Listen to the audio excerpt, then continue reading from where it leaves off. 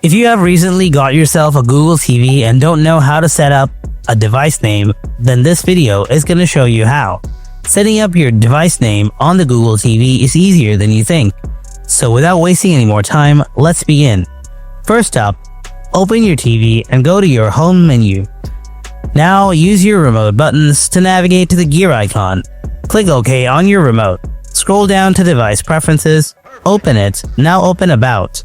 From here, simply select device name. Then select change.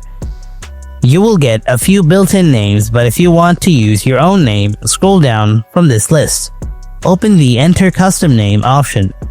Now use your remote button to hover over the on-screen keyboard to enter your name. After you are done, select the enter button on the screen keyboard and click OK on your keyboard. And as you can see, your device name has been changed. That's basically how you can change a device name on your Google TV with the simple steps. If you found this tutorial helpful, then don't forget to hit that like button and subscribe to the channel for more tips just like this.